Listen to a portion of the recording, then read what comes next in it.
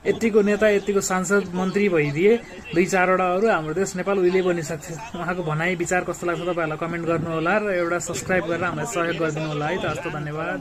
उहाँलाई लाग्यो होला यस्तो यो टच प्याडलाई चाहिँ आइफोन भनिन्छ कि भन्ने लाग्यो होला, तर साधारण मोबाइल हो। यति चाहिँ हामीले यो धेरै साधारण मोबाइल सानो चलाउँथे। उहाँले अस्तिसम्म चाहिँ टुकटुके चलाउनुहुन्थे। टुकटुके चलाउँथे। कान्छा छोराले भन्यो साधै भिडियो कल गर्ने हुँदैन होला।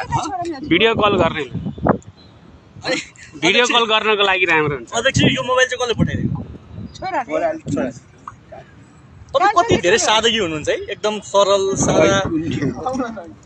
म सादगी भएको होइन नि, मेरो पार्टीले मलाई सादगी बनायो। अब टेम्पो चढेर जानुहुन्छ? जान्छु।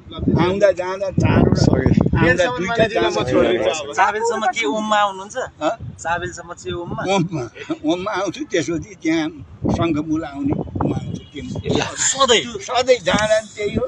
यहाँबाट चाहिँ चाबेल के अरे गोपी कृष्णसम्म यहाँ टेम्पोमा त्यहाँबाट फेरि संयुक्त कहिले यत्रो वर्ष राजनीति गर्नुभयो, 4-5 वर्ष राजनीति गरिसकेपछि प्राडो चढ्छन् अहिलेको नेताहरू। तपाईले यत्रो अध्यक्ष भइसक्नु भएको छ, यत्रो चाहिँ तपाईको यहाँबाट भत्ता हत्ता के हो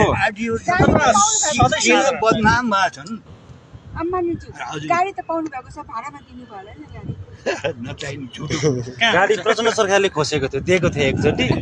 के विरोध गर्दाखेरि खोसेको थियो क्यारे? उहाँहरूको झोला बोकिन, उहाँहरूले जे भन्नुहुन्छ त्यही बोके। झोले भन्नु भएन।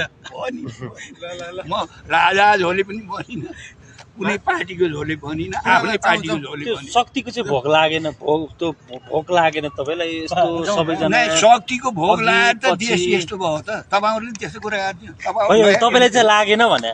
लागे, सबैजना लागिरहेछन्। होइन राजनीति गर्ने भनेको आफ्नो बन्दोबस्त गर्नु हो, आफ्नो नाता पाताको व्यवस्था गर्नु हो। कति वर्ष पुग्नु भयो म? ल भन्नुहोस् कति पुग्यो? 87। ठ्याक्क 2 वर्ष बढी मैले भने बढाइदिनु भयो तपाईँ। 2 वर्ष बढी भने 2 वर्ष कार्यकाल 85 भन्नु थालेको थिएँ। हो र?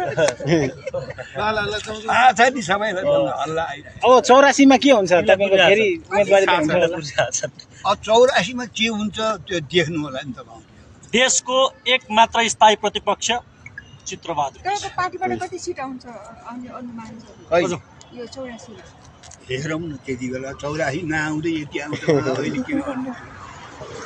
अनुमान तयारी खै अब अहिले तयारी हामी तयारी लाग्छ नि, अरू पार्टीहरू लाग्छ होइन। अब 79 जितेर आएर सिंहको बात नसकी 84